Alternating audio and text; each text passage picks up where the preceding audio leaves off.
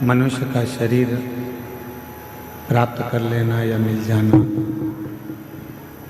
सरल हो सकता, पर उस मानव शरीर में भगवान का भजन हो पाना, भगवान की अविरल भक्ति को धारण कर पाना, शिव नाम को जप पाना थोड़ा कठिन।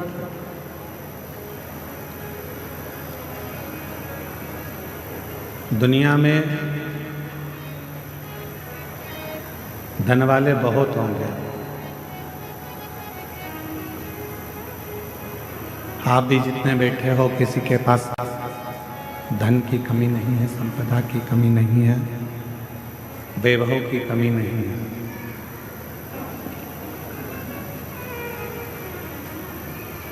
दुनिया में गाड़ी वाले भी बहुत सारे होंगे जिनके पास गाड़ियां होंगी।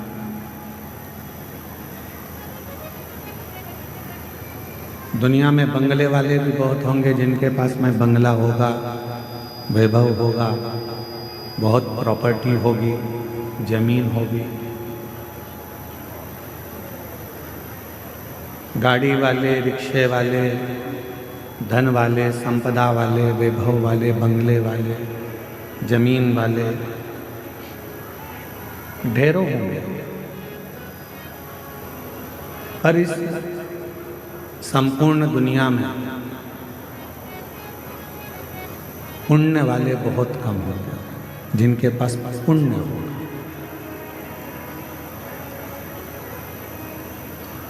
गाड़ी हो जाना बहुत बड़ी बात नहीं है, बंगला हो जाना बहुत बड़ी बात नहीं है, जमीन या जायदाद, प्रॉपर्टी, ये सब कुछ हो जाना बहुत बड़ी बात नहीं है, पर सबसे बड़ी बात एक ही है, पुण्य वाला हो जाना। जिसके पास में पुण्य है उसके पास में किसी चीज की कभी कमी नहीं आती। जब पुण्य क्षीण हो जाता है तो फिर कुछ नहीं हो पाता।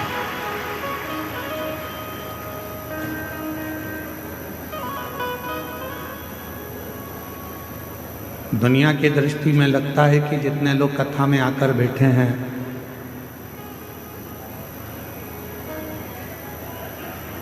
बड़े बड़े पैसे वाले लोग सोचते हैं कि कथा में तो साधारण से लोग जाकर बैठते हैं, पैसे वाला क्या करेगा कथा में जाकर, धन वाला क्या करेगा पैसे कथा में जाकर।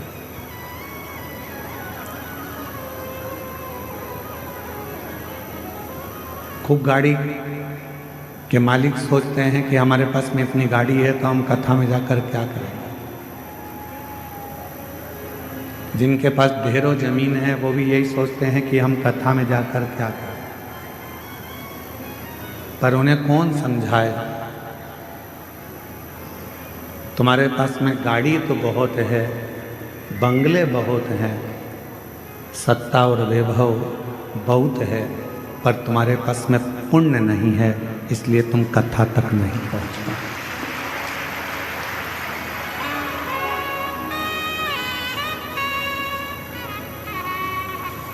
कथा तक शिव महापुराण की इस पवित्र कथा में बाबा वैद्यनाथ जी की पवित्र धरा पर भगवान शिव की इस पवित्र कथा में वही पहुंच पाता है जिसका पुण्य प्रबल हो गया, जिसका पुण्य प्रबल हो। वरना कठिन है कि आप कथा तक पहुंच।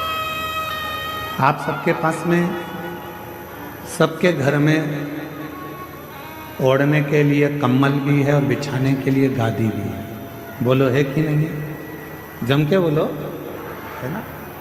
सबके घर में भोजन भी है, सबके घर में साइकिल, मोटरसाइकिल, फोर व्हीलर नहीं भी हो तो भगवान की कृपा तो इतनी है कि तुम साइकिल, मोटरसाइकिल तो 15 दिन में खरीद सकते हो, इतना बाबा ने तुम्हें दे रखा। शिव जी की कृपा से मिल गया। गलत गादी भी है, ओढ़ने का भी है, तकिया भी है, भोजन भी है, सब कुछ है। सारी वैभव सत्ता तुम्हारे घर में है। इसके बाद भी आप शिव महापुराण की कथा में एक दरी पर, चटाई पर सो रहे हो, चद्दर ओढ़ रहे हो, कम्बल ओढ़ रहे हो, पत्थर नीचे से गड़ रहे हैं, भोजन मिला वो तुमने पा लिया, बैठकर भजन करा, स्मरण करा, तो क्या तुम्हारे घर में कोई चीज की कमी है क्या? नहीं, तुम्हारे घर में सब कुछ है। पर तुम यदि कथा के पंडाल तक पहुँचे हो, बाबा वैद्यनाथ जी ने तुमको अगर यहाँ तक बुलाया है, तो ये निश्चित है वैभव से ज़्यादा तुम्हारा पुण्य प्रबल था, इसलिए तुम यहाँ कथा के पंडाल तक पहुँचे। ये तुम्हारा पुण्य है।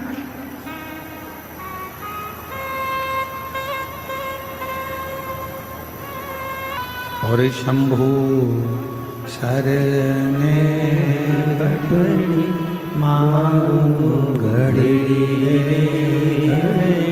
दुख काटो, दया करीने दर्शन आपो। ओ शंभु शरण पड़ी मांगो घड़ी रे घड़ी दुख काटो, दया करीने दर्शन आपो। तो हो, गाड़ी तुम्हारे पास हो, बंगला तुम्हारे पास में हो, वैभव तुम्हारे पास में हो, सत्ता तुम्हारे पास में हो, तुम्हारे पास में जैसे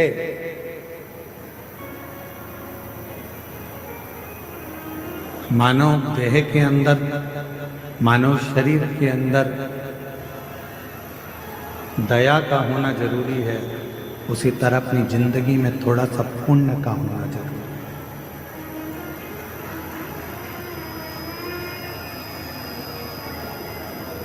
और वो पुण्य ही हमें परमात्मा तक लेकर जाता है, वो पुण्य ही हमें सत्संग तक लेकर जाता है, वो पुण्य ही हमें सद्गुरु की शरणागति तक लेकर जाता है। एक बात, फ्लाइट में सफ़र करो तो वहाँ जब आप बैठ जाते हैं और फ्लाइट उड़ने वाली रहती है, तब वो दीदियाँ कहती हैं कि सीट बेल्ट बांध लीजिए।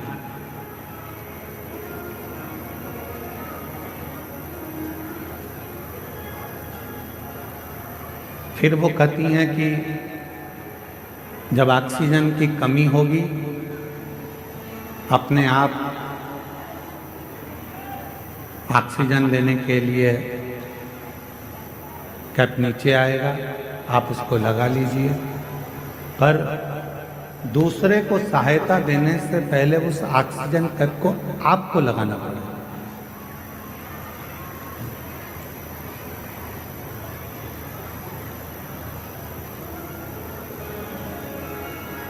आवाज नहीं आ रही है क्या?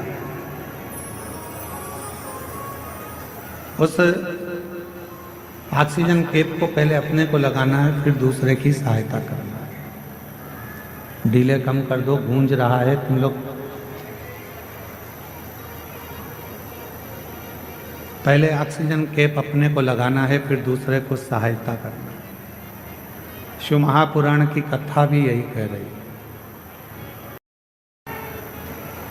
भगवान शिव के मंत्र जाप का उच्चारण करिए, श्री शिवाय नमस्तुभ्यं।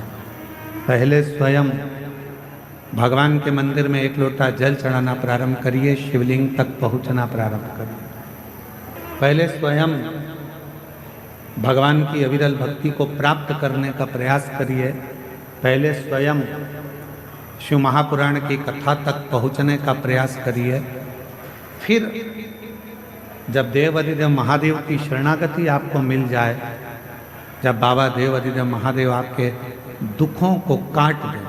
हम तो यहाँ तक करते हैं लोगों से कि आप सीहोर कुबेरेश्वर धाम आ रहे हो तो वहाँ ऐसे मत आओ, पहले आप अपने घर के पास में जो शंकर जी का मंदिर है वहाँ जल चढ़ाना प्रारंभ करो और बाबा से प्रार्थना करना चालू करो कि मेरा ये दुख काटो। जिस दिन बाबा तुम्हारा दुख काट दे फिर उसके बाद तुम कुबेरेश्वर धाम आओ और बाबा का भजन करो। फिर आप आओ, बाबा का भजन करो, स्मरण करो, मंत्र जाप करो, नाम जाप करो।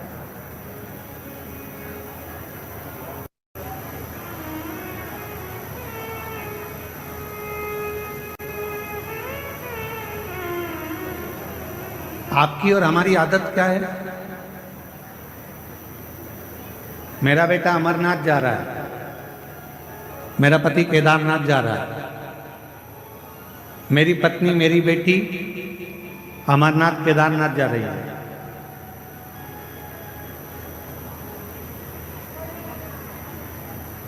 फिर उस बेटा बेटी से पूछो क्यों तुम अपने घर के पास में कभी नजदीक वाले शंकर जी के मंदिर गए हो? नहीं, हम कभी नहीं गए।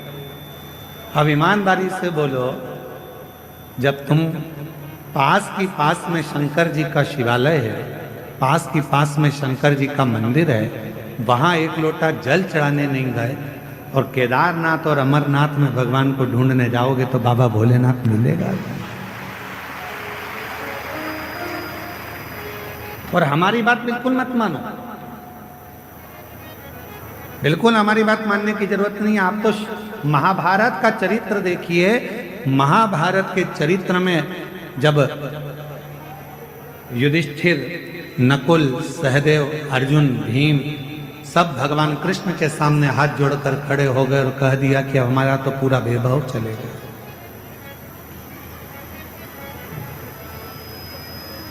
जुए में हम सब कुछ हार गए, कुछ भी नहीं बचा, हमारा संपूर्ण वैभव चलेगा।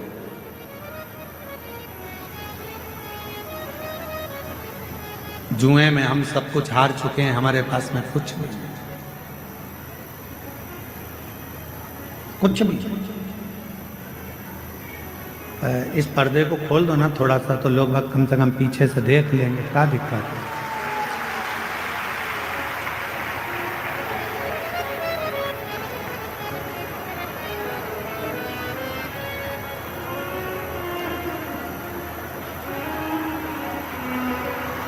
ऊपर चढ़ के और खोल दो थोड़ा सा।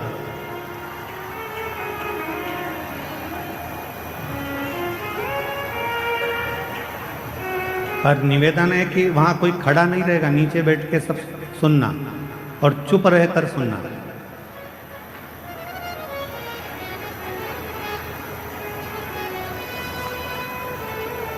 शंभू,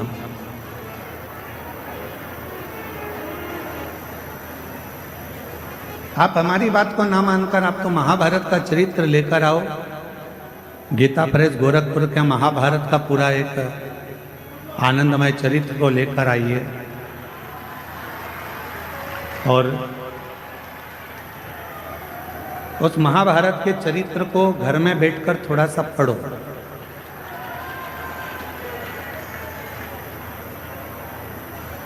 और जब आप महाभारत के उस चरित्र को पढ़ेंगे, अध्ययन करेंगे, उसका स्मरण करेंगे, तो उसमें मिलेगा कि भगवान कृष्ण के पास जाकर पांडव हाथ जोड़कर कहते हैं कि अब हमारे पास कुछ भी नहीं बचा, अब हमारे पास में कुछ भी नहीं, हमारा पूरा वैभव चले गया, हमारा पूरा धन चले गया, हमारी पूरी सत्ता चली गई, हमारा पूरा संपदा चली गई, हम जुए में सब कुछ हार चुके हैं, हमारे पास कुछ भी नहीं बचा, कुछ भी।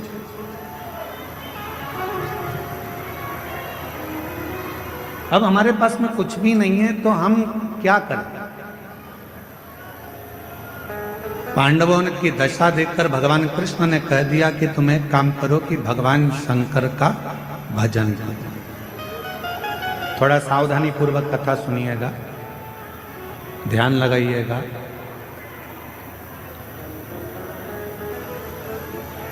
कथा में आपका ध्यान रहे। बहुत दूर दूर से आप लोग आए हो और बाबा की कथा सुनने के लिए आए हो। आपके पास में अगर कोई खड़ा भी है तो उसके पांव पड़ लो, हाथ जोड़ लो और उसको नीचे बिठा कर कह दो थोड़ी देर चुप हो जा, 2 घंटे के बाद जितना बोलना है बोलते रहना। उसके पांव पड़कर उसको नीचे बिठाकर नीचे बैठ जाए। कथा कर रही है, शिव कथा वर्णन कर रही है। पांडव विनय कर रहे हैं, हम क्या करें। महाभारत का वन पर्व कह रहा है। भगवान कृष्ण ने कह दिया कि तुम शिव की आराधना करो, भगवान शंकर की साधना करो। शिव की आराधना, हाँ। भगवान शंकर की साधना, हाँ। इतने में भीम ने कहा कि एक काम करते हैं, अगर शिव जी की ही आराधना करना है, साधना करना है और शंकर भगवान यदि हमें सब कुछ दे सकते हैं तो हम सीधे कैलाश पर चले जाते हैं और हम सीधे कैलाश पर जाएंगे और कैलाश पर जाकर हम भगवान शंकर की आराधना करेंगे, साधना करेंगे। तब तो भगवान शंकर हम पर प्रसन्न हो जाएंगे और शिव जी अगर हम पर प्रसन्न हो गए तो भगवान शंकर हमको वापिस सब कुछ दे देंगे। तो एक काम करते हैं कि हम सीधे कैलाश चले जाएं और हम कैलाश जाकर कैलाश में पहुंचकर भगवान शिव की आराधना साधना करते, सीधे कैलाश। अब जरा चरित्र पर ध्यान देना कि भगवान कृष्ण खुद कह रहे हैं कि भीम, जाने को तो तुम कैलाश जा सकते हो, जाने को तुम कैलाश पहुंच सकते हो, जाने को तुम कैलाश जा सकते हो और कैलाश पर जाकर शिव जी का भजन कर सकते हो, शंकर जी का स्मरण कर सकते हो, शिव की भक्ति कर सकते हो, मना नहीं।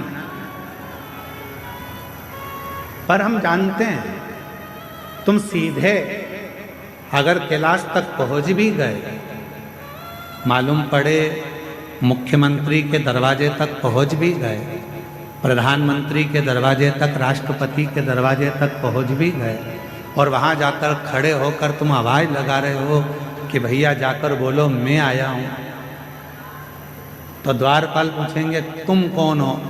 तो कहा कि बस जाकर कह दो कि मैं आया हूं, मेरा नाम लेकर बोल दो कि मैं आया हूं। पहचान ही नहीं है तुम्हारी, जानते ही नहीं हो तुम। प्रधानमंत्री के पास द्वारपाल जाकर बोल भी देगा कि कोई राम प्रकाश आया है आपसे मिलने के लिए। प्रधानमंत्री जी बोलेंगे कि कौन राम प्रकाश? मुख्यमंत्री से जाकर कहा कोई कमलेश आया है, कौन कमलेश? उसको पहचानेंगे कैसे? नहीं है पहचान। वापिस आ गया, दरवाजा खटखटा।